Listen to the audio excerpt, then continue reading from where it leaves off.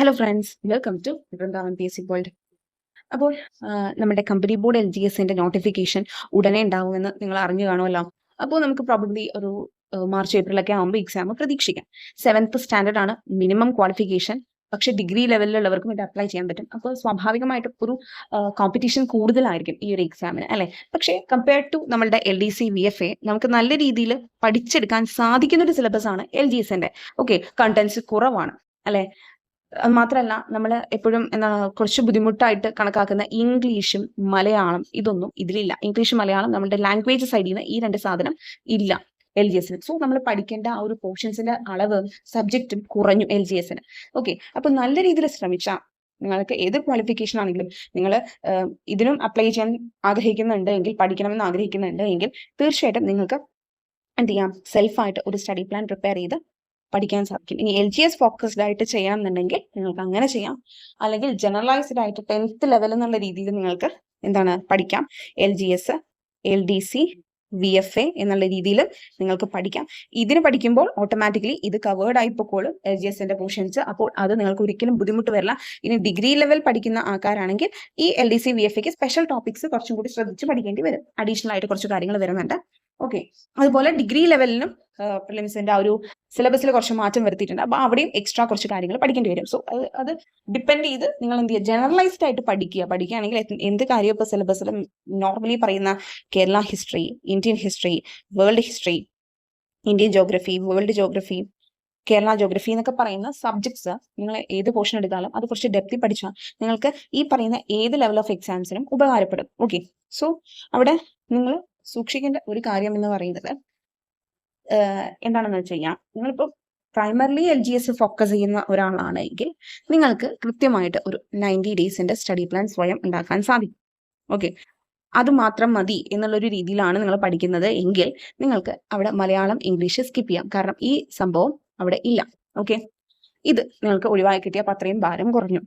Okay, അപ്പൊ നിങ്ങൾ ഒരു 90 ഡേയ്സിന്റെ സ്റ്റഡി പ്ലാൻ കമ്പനി ബോർഡ് LGSനായിട്ട് ഉണ്ടാക്കുകയാണെങ്കിൽ, സ്വയം അതിന് വേണ്ടിയിട്ടാണ് തന്റെ ഫോക്കസ് എന്ന് ഉറച്ചു വിശ്വസിക്കുന്നുണ്ടെങ്കിൽ നിങ്ങളുടെ സ്റ്റഡി പ്ലാനിൽ കുറച്ച് ഫോക്കസ് ചെയ്ത് കൊടുക്കേണ്ട സംഭവങ്ങളുണ്ട് ഓരോ ദിവസവും. ഓക്കെ, അപ്പോൾ ഞാനതൊന്ന് സിലബസ് വെച്ചിട്ടൊന്ന് പറയാം.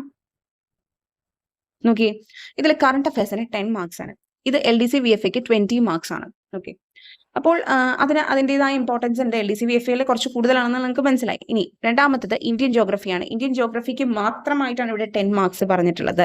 പക്ഷേ നമുക്ക് LDC VFAക്ക് ജനറൽ ആയിട്ടുള്ള ജോഗ്രഫി, അതിൽ വേൾഡും ഹിസ്റ്ററിയും ഇന്ത്യനും ഒക്കെ വരും, അതിനാണ് 5 മാർക്സ് എന്നുള്ള രീതിയിൽ പറയുന്നത്. പക്ഷെ അവിടെ പഠിക്കുന്ന കണ്ടന്റ്സ് കുറച്ച് കൂടുതലാണ്, മാർക്സിന്റെ ഡിസ്ട്രിബ്യൂഷൻ കുറച്ച് കുറവാണ്, അല്ലെ? പക്ഷെ ഇവിടെ മാർക്സിന്റെ ഡിസ്ട്രിബ്യൂഷൻ കൂടുതലാണ്. ഇന്ത്യൻ ജോഗ്രഫിക്ക് മാത്രം സെപ്പറേറ്റ് ചെയ്തിട്ടാണ് ഇത് പറഞ്ഞിട്ടുള്ളത്. സോ ഈ മേഖല എന്ന് പറയുന്നത് SCERT ഫോക്കസ്ഡ് ആയിട്ടാണ് നിങ്ങൾ കൂടുതൽ പഠിക്കേണ്ടത്. സോ നിങ്ങൾ നിങ്ങളുടേതായ ഒരു സ്റ്റഡി പ്ലാൻ പ്രിപ്പയർ ചെയ്യുമ്പോൾ അവിടെ ഈ SCERT കണ്ടന്റ് അത്യാവശ്യം എന്ത് ചെയ്യാം, പഠിക്കണം. ഓരോ ദിവസവും പഠിച്ചു മാറ്റാൻ ശ്രമിക്കണം. 5 തൊട്ട് 10 വരെയുള്ളതിൽ പുതിയ പാഠപുസ്തകങ്ങളിൽ കുറേയധികം ഫാക്ട്സ് ആണ് അവർ ഇൻക്ലൂഡ് ചെയ്തിട്ടുള്ളത്. സോ നിങ്ങൾ അത്യാവശ്യം ഡീറ്റെയിൽഡ് ആയിട്ട് തന്നെ അതിന്റെ ഒരു മുഖമൂല്യം അരിച്ചു പറക്കി വായിക്കുന്നത് നല്ലതാണ്. ഈ കഴിഞ്ഞ 10th പ്രിലിംസിന് പോലും അത്യാവശ്യം നല്ല രീതിയിൽ അവർ ചോദിച്ചിട്ടുണ്ട് text book based facts. Okay, അപ്പോൾ SCERT കണ്ടന്റ് കുറച്ച് സ്ട്രെസ് ചെയ്യണം. പിന്നെ മൂന്നാമത്തത് ഇന്ത്യൻ ഹിസ്റ്ററി ആണ്. അവിടെ ഹിസ്റ്ററി ജനറലൈസ് ചെയ്തിട്ടാണ്, അതായത് വേൾഡ്, ഇന്ത്യൻ, കേരള, അതിനാണ് 5 മാർക്സ്. പക്ഷേ ഇവിടെ ഇന്ത്യൻ ഹിസ്റ്ററിക്ക് മാത്രമാണ് 10 മാർക്സ്. നല്ല രീതിയിലുള്ള ചോദ്യങ്ങൾ ഇതിൽ നിന്ന് പ്രതീക്ഷിക്കാം. കാരണം ഞാൻ പറഞ്ഞല്ലോ, ഇവിടെയും SCERT കണ്ടന്റ്സിൽ നിന്നായിരിക്കും കൂടുതൽ ചോദിക്കാൻ സാധ്യത. ഇപ്പോൾ ഈ പഠിക്കുന്നതുണ്ടല്ലോ, LGS ബേസ്ഡ് ആയിട്ടാണ് നിങ്ങൾ ഇപ്പോൾ പഠിച്ചു തുടങ്ങുന്നതെങ്കിൽ നിങ്ങൾക്ക് 10th പ്രിലിംസ് എന്നുള്ള രീതിയിൽ വരുന്ന എക്സാംസിന് ഇത് ഉപകാരപ്പെടും. ഓക്കെ, ഇനി നിങ്ങൾ LDC VFAക്ക് ആഗ്രഹിക്കുന്നുണ്ടെങ്കിൽ അവിടെ എക്സ്ട്രാ ഉള്ള പോർഷൻസ് മാത്രം അപ്പോൾ ആ ടൈമിൽ കവർ ചെയ്താൽ മതി. കാരണം LDC VFAയുടെ നോട്ടിഫിക്കേഷൻ വന്നിട്ടില്ലല്ലോ. അപ്പോൾ നിങ്ങൾ ഇപ്പോൾ ഈ LGSന് ഓൾറെഡി ആദ്യം പഠിച്ചു തുടങ്ങുകയാണെങ്കിൽ അവിടെ എന്താണ് LDC VFAക്ക് എക്സ്ട്രാ കാര്യങ്ങളുള്ളത് അത് മാത്രം പിന്നീട് പഠിച്ചാൽ മതി. അതുപോലെ തന്നെയാണ് ഡിഗ്രിക്കും. ഇതിൽ ഒന്നും പറയാത്ത എന്തൊക്കെ എക്സ്ട്രാ പോർഷൻസ് ഡിഗ്രിയിലുണ്ടോ അത് ഫോക്കസ് ചെയ്ത് നിങ്ങൾ എക്സാം ടൈം ആകുമ്പോൾ ഒന്ന് മാറ്റി പഠിച്ചാൽ മതി. ഓക്കെ, ഇനി പിന്നീട് കോൺസ്റ്റിറ്റ്യൂഷൻ ആണ്. കോൺസ്റ്റിറ്റ്യൂഷൻ അവിടെ 5 മാർക്സ് ആണുള്ളത്, ഇവിടെ 10 മാർക്സ് ആണ്. പക്ഷേ ഇവിടെ കണ്ടന്റ് കുറച്ച് കുറവാണ്. 10 മാർക്സ് ആണെങ്കിൽ കൂടി അവിടെ 5 മാർക്കിന് നമ്മൾ പഠിക്കുന്ന കണ്ടന്റ് കുറച്ച് കൂടുതലാണ്. ഓക്കെ, അപ്പൊ ഇവിടെ നമുക്ക് സാവകാശം കട്ട് ചെയ്ത് തന്നെ നമ്മുടെ സ്റ്റഡി പ്ലാനിന്റെ പോർഷൻ സെറ്റ് നമുക്ക് പഠിക്കാൻ പറ്റും. പിന്നെ ഇവിടെ കേരള ജോഗ്രഫി, അവിടെ ജോഗ്രഫി ഞാൻ പറഞ്ഞ ജനറലൈസ്ഡ് ആയിട്ടാണ് 5 മാർക്സ്, ഇന്ത്യൻ, കേരള, അതുപോലെ തന്നെ വേൾഡ് എന്നുള്ള രീതിയിൽ. പക്ഷേ ഇവിടെ നോക്കി, ഇവിടെ കേരളത്തിന് മാത്രമാണ് 10 മാർക്സ്. പക്ഷേ ഇവിടെ ചോദിക്കാനുള്ള സാധ്യതകൾ എന്താ പറയാ, നമ്മള് ഇൻഫൈനൈറ്റ് എന്നൊക്കെ പറയില്ലേ, അങ്ങനെയല്ല. എന്നാൽ അത്യാവശ്യം കടലോളമുള്ള കാര്യങ്ങൾ വേണമെങ്കിൽ ചോദിക്കാൻ സാധിക്കും. കാരണം കേരളത്തിന്റെ അടിസ്ഥാന വിവരങ്ങളിൽ എന്തൊക്കെ വരാം, അല്ലെ? ജില്ലകളെ സംബന്ധിച്ചിട്ടുള്ള എന്തൊക്കെ ഫാക്ട്സ് പുതുതായിട്ടും പഴയതായിട്ടുള്ളതൊക്കെ ഉണ്ടാവും. അല്ലെ? അത് കുറേയധികം ഉണ്ട്. പക്ഷെ ഇതിന് നിങ്ങൾ അതിൻ്റെതായ ഇമ്പോർട്ടൻസ് കൊടുത്ത് കട്ട് ചെയ്ത് സ്റ്റഡി പ്ലാനിൽ ഓരോ പോർഷൻസ് ഇപ്പോഴേ പഠിച്ചു തുടങ്ങണം. അതുപോലെ തന്നെ റിനൈസൻസ് ലീഡേഴ്സ് വളരെ ഇമ്പോർട്ടൻ്റ് ആണിത്. ഇത് നമ്മുടെ 10th ലെവലിന് സെപ്പറേറ്റ് ആയിട്ട് അങ്ങനത്തെ ഒരു സംഭവമില്ല. ഓക്കെ, ഇപ്പൊ കേരള ഹിസ്റ്ററി എന്നുള്ള രീതിയിലാണ് ഇത്. പക്ഷെ കേരള ഹിസ്റ്ററിയും റിനൈസൻസും കൂടെ മിക്സ് ചെയ്താണ് കിടക്കുന്നത്. പക്ഷെ ഇതിൽ കൂടുതലും റിനൈസൻസ് ഓറിയന്റഡ് ആയിട്ടാണ് ചോദിക്കാൻ സാധ്യത കൂടുതൽ. അപ്പോൾ കാരണം ധാരാളം നിങ്ങൾ 10th പ്രിലിംസിന്റെ എക്സാം ഒക്കെ ചെയ്തിട്ടുണ്ടെങ്കിൽ നിങ്ങൾക്കത് മനസ്സിലാവും. അപ്പോൾ ഇവിടെ കൂടുതലും എന്ത് നിങ്ങൾ ചെയ്യണം? കൂടുതൽ ഫോക്കസ് ചെയ്യേണ്ടത് ഇവിടെയും ഈ റിനൈസൻസ് ലീഡേഴ്സിന്റെ ഫാക്ട്സ് നിങ്ങളുടെ സ്റ്റഡി പ്ലാനിൽ ഓരോ ദിവസവും എല്ലാ ദിവസവും റിനൈസൻസ് ലീഡർ നോക്കണം ഞാൻ പറയില്ല. പക്ഷെ അത് അങ്ങനത്തെ രീതിയിൽ നിങ്ങൾ സ്റ്റഡി പ്ലാനിനെ അറേഞ്ച് ചെയ്യണം. ഓക്കെ, ദെൻ ഇവിടെ നമുക്ക് ഉള്ളത് ഫിസിക്സ്, കെമിസ്ട്രി, ബയോളജി. ഇതിൽ ബയോളജി മാത്രമാണ് 10 മാർക്സ്. ഈ 10 മാർക്സ് എന്ന് പറയുന്നത് പ്യുവർലി SCRT ബേസ്ഡ് ഫാക്ടേ വരുള്ളൂ. ട്രസ്റ്റ് മീ, അതിൽ നിന്ന് വരുള്ളൂ. അതുപോലെ തന്നെ ഈ ഫിസിക്കൽ സയൻസിൽ പറയുന്ന കെമിസ്ട്രിയും ഫിസിക്സും പ്യുവർലി SCRT ബേസ്ഡേ വരുള്ളൂ. ഇതിന് കൃത്യമായിട്ട് നിങ്ങൾ 5 തൊട്ട് 10 വരെയുള്ളത് പഠിച്ചിരിക്കണം. Part 1, part 2. ന്യൂ SCRT കുറച്ച് കൂടുതൽ ഫോക്കസ് ചെയ്യുക. പഴയ SCRT നിന്നും ചോദിച്ച് കാണുന്നുണ്ട്. ഓക്കെ, അപ്പോൾ നിങ്ങൾക്ക് എന്താണ് ഇപ്പോൾ SCRT ക്ലാസ്, ഇപ്പോൾ ഞാൻ ന്യൂ SCRTയുടെ ക്ലാസ്സുകൾ എടുക്കുന്നുണ്ട്. കാരണം ചിലതിൻ്റെ ഒന്നും PDF ഇപ്പോൾ അവൈലബിൾ അല്ല. പക്ഷെ എന്നാലും ഞാൻ ഇതിൻ്റെ എല്ലാത്തിനെയും ക്ലാസ് ഇപ്പോൾ എടുത്ത് സ്റ്റാർട്ട് ചെയ്തിട്ടുണ്ട്. നിങ്ങൾക്ക് SCRT ക്ലാസ് പ്യുവറായിട്ട് വേണമെന്നുണ്ടെങ്കിൽ അതിൻ്റെ കൂടെ ടെക്സ്റ്റ് നിങ്ങൾക്ക് അറിയാലോ, ടെക്സ്റ്റിൽ പലതും ഇങ്ങനെ കൊടുത്തിട്ടുണ്ടാവുള്ളൂ. അത് ഇലാബറേറ്റ് ചെയ്ത് എക്സ്പ്ലെയിൻ ചെയ്ത് അഡീഷണൽ ഫാക്ട്സോട് കൂടിയാണ് ഞാൻ ക്ലാസ് എടുക്കുന്നത്. നിങ്ങൾക്ക് SCRT ക്ലാസ് ആവശ്യമുണ്ടെങ്കിൽ നിങ്ങൾ ടെലിഗ്രാം ചാനലിൽ ജോയിൻ ചെയ്യാൻ ഞാൻ അതിൻ്റെ ലിങ്ക് ഡിസ്ക്രിപ്ഷൻ ബോക്സിൽ കൊടുത്തിട്ടുണ്ട്. എന്നിട്ട് എനിക്ക് ഡയറക്റ്റ് മെസ്സേജ് ചെയ്താൽ മതി. SCRT ക്ലാസിൻ്റെ ഡീറ്റെയിൽസ് ഞാൻ പറയാം. ഓക്കെ, അപ്പോൾ ഈ SCRTക്ക് അതിൻ്റെതായ ഇമ്പോർട്ടൻസ് ഉണ്ട്. നിങ്ങളിപ്പോൾ ഈ കണ്ട എന്താണ് 10 മാർക്സ് ഫിസിക്കൽ സയൻസ്, അതുപോലെ തന്നെ ബയോളജി അല്ലേ, അപ്പം തന്നെ 20 മാർക്സ് ആയി. പ്ലസ് ഞാൻ പറഞ്ഞു നിങ്ങളോട് ഈ കേരള ഹിസ്റ്ററി, ഇന്ത്യൻ ഹിസ്റ്ററി, ഇതൊക്കെ ജോഗ്രഫി, അപ്പം തന്നെ നോക്കിയേ 10 എത്രയായി കഴിഞ്ഞു അല്ലേ? ഇതൊക്കെ ഇതിൽ നിന്ന് വരുന്നുണ്ടെന്ന് ഞാൻ പറഞ്ഞു. അപ്പോൾ അത്യാവശ്യം നല്ലൊരു ഇപ്പോൾ പകുതിയോളം മാർക്സ് ആയി കഴിഞ്ഞു അല്ലേ? ഈ ഒരു SCRT ബേസ്ഡ് നോക്കിക്കഴിഞ്ഞാൽ തന്നെ നിങ്ങൾക്ക് അത്യാവശ്യം മാർക്സ് സ്കോർ ചെയ്യാൻ പറ്റും. കറണ്ട് അഫയേഴ്സിനാണ് പിന്നെ നിങ്ങൾ കൂടുതൽ സ്ട്രെസ് ചെയ്യേണ്ടത്. പിന്നെ ഇവിടെ 20 മാർക്സ് മാത്സിന്. ഇങ്ങനെയാണ് നമ്മുടെ സിലബസ് ഇവിടെ കിടക്കുന്നത്. ഏത് കമ്പനി ബോർഡ് LGSന് ഇനി എന്തെങ്കിലും മാറ്റം ഉണ്ടെങ്കിൽ നമുക്ക് അപ്പം നോക്കാം കേട്ടോ. അതായത് എന്തെങ്കിലും മാറ്റം അവർ പറയുകയാണെങ്കിൽ സിലബസിൽ, ഇപ്പോൾ നമ്മൾ ജനറലൈസ്ഡ് ആയിട്ട് പറയുന്ന സിലബസ് ഇതാണ്. ഇനി ഇതിൽ നിങ്ങൾ ഒരു സ്റ്റഡി പ്ലാൻ പ്രിപ്പയർ ചെയ്യുമ്പോൾ ഇപ്പോൾ Day 1 നിങ്ങൾ ഉദ്ദേശിക്കുകയാണ്. ഇതിൽ നമുക്കറിയാം എന്താണ് സയൻസ് എന്ന് പറയുന്ന സബ്ജക്റ്റ് ബുദ്ധിമുട്ടുള്ളവരുണ്ടാവും. ഓക്കെ, അതിൽ തന്നെ ഫിസിക്സ് ഉണ്ട്, കെമിസ്ട്രി ഉണ്ട്, ബയോളജി ഉണ്ട്. ഓക്കെ, നിങ്ങൾക്ക് ഇത് പലതരത്തിൽ പഠിക്കാം. ഇപ്പോൾ ഒരു ദിവസം ഒരു സയൻസ് സബ്ജക്റ്റ് നിങ്ങൾ ഇൻക്ലൂഡ് ചെയ്യാം. അത് ഫിസിക്സ് ആയിക്കോട്ടെ, കെമിസ്ട്രി ആയിക്കോട്ടെ, ബയോളജി, എല്ലാ സയൻസും കൂടി ഒരു ദിവസം നിങ്ങൾ മിക്സ് ചെയ്യണം. പിന്നെ ഒരു ഹിസ്റ്ററി, അത് കേരള ഹിസ്റ്ററി അല്ലെങ്കിൽ ഇന്ത്യൻ ഹിസ്റ്ററി, LGSന് അതല്ലേ വരുള്ളൂ, ഹിസ്റ്ററി റിലേറ്റഡ് ആയിട്ടുള്ള ഒരു പോർഷൻ ഇൻക്ലൂഡ് ചെയ്യാം. ഓക്കെ, പിന്നെ ഇതിൽ കോൺസ്റ്റിറ്റ്യൂഷൻ റിലേറ്റഡ് ആയിട്ടുള്ള ഒരു സംഭവം, അത് ഞാൻ പറഞ്ഞാൽ നിങ്ങൾക്ക് ഇപ്പം കട്ട് ചെയ്ത് പഠിക്കാൻ പറ്റും. അപ്പോൾ കോൺസ്റ്റിറ്റ്യൂഷൻ റിലേറ്റഡ് ആയിട്ടുള്ള ഒരു സംഭവം പഠിക്കാം. ഓക്കെ, പിന്നെ എന്ത് ചെയ്യാം, നമുക്ക് ഒരു റിനൈസൻസ് ലീഡർ. ഇപ്പം 4 പോർഷൻസ് ആയില്ലേ? 4 പോർഷൻസ് ആയി. ഈ 4 പോർഷൻസ് വെച്ചിട്ട് നിങ്ങൾക്ക് വേണമെങ്കിൽ നിങ്ങളുടെ സ്റ്റഡി പ്ലാൻ മുന്നോട്ട് കൊണ്ടുപോകാം. ഇപ്പം ഞാൻ ഓൾറെഡി ഒരു സ്റ്റഡി പ്ലാൻ സ്റ്റാർട്ട് ചെയ്തിട്ടുണ്ട്. Study plan with daily test series എന്നുള്ള രീതിയിൽ.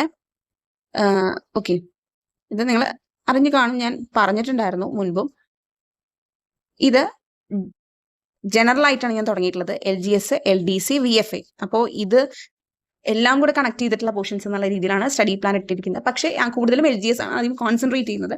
പിന്നീട് അങ്ങോട്ട് നമ്മൾ LDC, VFA റിലേറ്റഡ് ആയിട്ടുള്ള ടോപ്പിക്ക് കൂടുതലും അതിലേക്ക് മാറ്റുള്ളൂ. ഓക്കെ, ഇത് ഈ പറയുന്ന ടെസ്റ്റ് സീരീസിൽ ഞാൻ കൃത്യമായിട്ട് ഒരു സ്റ്റഡി പ്ലാൻ തരുന്നുണ്ട്. ഒരു ദിവസം എന്തൊക്കെ പഠിക്കണമെന്ന് അതിനെ ബേസ് ചെയ്തിട്ടുള്ള ഒരു ടെസ്റ്റ്, ഒരു ക്വിസ് പോലെ ഉണ്ടാവും.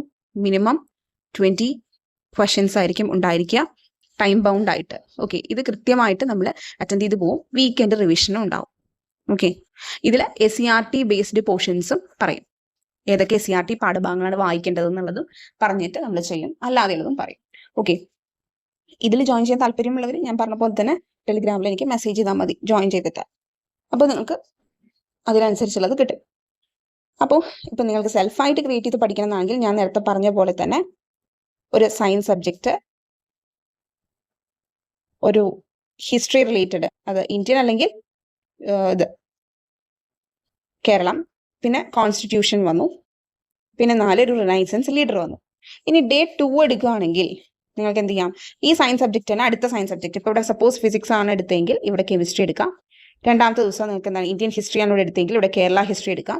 മൂന്നാമത് നിങ്ങൾക്ക് എന്താ ഇന്ത്യൻ ജോഗ്രഫി ഇൻക്ലൂഡ് ചെയ്യാം. നാലാമത് എന്ത് ചെയ്യാം, കോൺസ്റ്റിറ്റ്യൂഷനിലെ അടുത്ത പോർഷൻ, അല്ലെങ്കിൽ എന്ത് ചെയ്യാം, ഇവിടെ പറഞ്ഞിട്ടുള്ളതിൽ ഒരു കറണ്ട് അഫെയർ റിലേറ്റഡ് സംഭവം കയറ്റാം. ഇങ്ങനെ നിങ്ങൾക്ക് എന്ത് ചെയ്യാം, അങ്ങനെ കണ്ടിന്യൂ ചെയ്ത് സെൽഫായിട്ട് ഒരു 90 ഡേയ്സിന്റെ സ്റ്റഡി പ്ലാൻ സ്വയം പ്രിപ്പയർ ചെയ്തിട്ട് വേണമെങ്കിലും ചെയ്യാൻ പറ്റും. ഓക്കെ, നിങ്ങൾക്ക് തന്നെ നിങ്ങളുടെ രീതിയിൽ സ്ട്രക്ചർ ചെയ്യാം. അപ്പോൾ നിങ്ങൾക്ക് കൂടുതൽ വീക്കായിട്ട് തോന്നുന്ന സബ്ജക്റ്റിനെ കൂടുതൽ ഫോക്കസ് ചെയ്ത് നിങ്ങൾക്ക് ആദ്യമേ തന്നെ ഡേയ്സ് സെറ്റ് ചെയ്യാം, എങ്ങനെ വേണം പഠിക്കണം എന്നുള്ളത്. പക്ഷെ ആ പോർഷൻ അന്ന് പറഞ്ഞത് അന്ന് വായിച്ചു തീർത്തിരിക്കണം കേട്ടോ. അപ്പോൾ മിക്കവർക്കും ഒരു സംശയം ഉണ്ടാകാൻ സാധ്യത ഈ SCERTയും അതുപോലെ തന്നെ ഈ പറയുന്ന സിലബസിലെ പോർഷൻസും എങ്ങനെ മുന്നോട്ട് കൊണ്ടുപോകുക എന്നുള്ളതാണ്.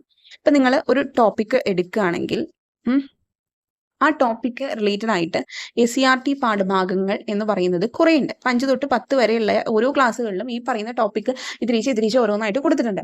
ഇത് നമ്മളിപ്പോൾ ഒരു ടോപ്പിക് എടുത്തു, ആ ടോപ്പിക്കിന്റെ കറസ്പോണ്ടിങ് ആയിട്ടുള്ള ഈ പാഠഭാഗങ്ങളെല്ലാം വായിച്ചു തീരുമ്പോൾ ഒരു ദിവസം കഴിയോടെ. അപ്പൊ നിങ്ങൾ ആകെ ഒരു സബ്ജക്റ്റിലെ ഒരു ടോപ്പിക്ക് മാത്രമല്ലേ പഠിക്കുള്ളൂ. അങ്ങനെ പഠിച്ചുകൊണ്ട് വല്ല കാര്യമുണ്ടോ? നമുക്ക് കാര്യങ്ങൾ വേഗം പഠിച്ചെടുക്കേണ്ട എല്ലാ കാര്യങ്ങളും.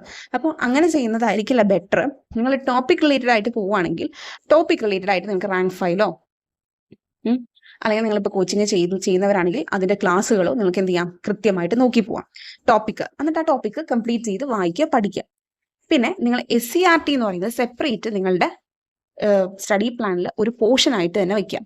ഓക്കെ, അതിന് സ്പെഷ്യലായിട്ട് SCERT ചാപ്റ്റർ ഇന്ന ക്ലാസ് ഇന്ന പാഠം എന്ന് സെപ്പറേറ്റ് എഴുതി അതിനൊരു ടോപ്പിക് ഇന്ത്യ ഹിസ്റ്ററിയിൽ നിന്നോ കേരള ജോഗ്രഫിയിൽ നിന്നോ സെപ്പറേറ്റ് പേരൊന്നും കൊടുത്ത് പഠിക്കാതെ SCERT പോർഷൻ ഒരു ദിവസം എന്നുള്ള രീതിയിൽ പഠിക്കാം. ഇപ്പോൾ ഒരു ഡേയിൽ വേണമെങ്കിൽ നിങ്ങൾക്ക് ഓരോ ഡേയിലും നിങ്ങൾക്ക് എന്ത് വേണമെങ്കിൽ എന്ത് ചെയ്യാം, ഒരു SCERT പാഠഭാഗം എന്നുള്ള രീതിയിൽ പഠിക്കാം. ഓക്കെ, ഇനി കുറച്ച് ഈ 5 തൊട്ട് 10 വരെയുള്ള ക്ലാസ്സുകളിൽ നിങ്ങൾക്ക് ഹയർ ക്ലാസ്സിന്റെ വരുമ്പോൾ നിങ്ങൾക്ക് എന്ത് ചെയ്യേണ്ടി വരും, SCERT പാഠഭാഗത്ത് ഒന്ന് സ്പ്ലിറ്റ് ചെയ്തിട്ട് പഠിക്കേണ്ടി വരും. കാരണം കണ്ടന്റ് കുറച്ച് കൂടുതലാണ്. അപ്പൊ അങ്ങനെ ചെയ്യുന്നുണ്ടെങ്കിൽ അങ്ങനെ നിങ്ങൾക്ക് ചെയ്യാം. അപ്പൊ ഇത് രണ്ട് സെപ്പറേറ്റ് ഇത് ചെയ്യുന്നതായിരിക്കും കുറച്ചും കൂടെ നല്ലത് എൻ്റെ അഭിപ്രായത്തിൽ. കാരണം പലരും ഇത് ചോദിച്ചു, എങ്ങനെയാണ് SCERT ഇപ്പോൾ ഒരു ടോപ്പിക് റിലേറ്റഡ് ആയിട്ട് നമ്മൾ ക്ലാസ് കേട്ട് SCERT പാഠഭാഗങ്ങളൊക്കെ നോക്കി വരുമ്പോൾ നിങ്ങൾക്ക് ആ ഒരു ടോപ്പിക്ക് നിങ്ങളുടെ കയ്യിൽ അത് മാത്രമേ ഉണ്ടാവുള്ളൂ. നമുക്ക് ഒരു ദിവസം അത്യാവശ്യം വേണ്ട കാര്യങ്ങൾ നോക്കണം. അപ്പോൾ ഇങ്ങനെ നോക്കുന്നതായിരിക്കും ബെറ്റർ. നിങ്ങൾക്കിത് സെപ്പറേറ്റ് ഏതൊക്കെയാണ് എന്ന് നോക്കി ചെയ്യാൻ ബുദ്ധിമുട്ടുണ്ടെങ്കിൽ ഞാൻ പറഞ്ഞ പോലെ എൻ്റെ സ്റ്റഡി പ്ലാൻ ടെസ്റ്റ് സീരീസ് നിങ്ങൾക്ക് ഫോളോ ചെയ്യാം.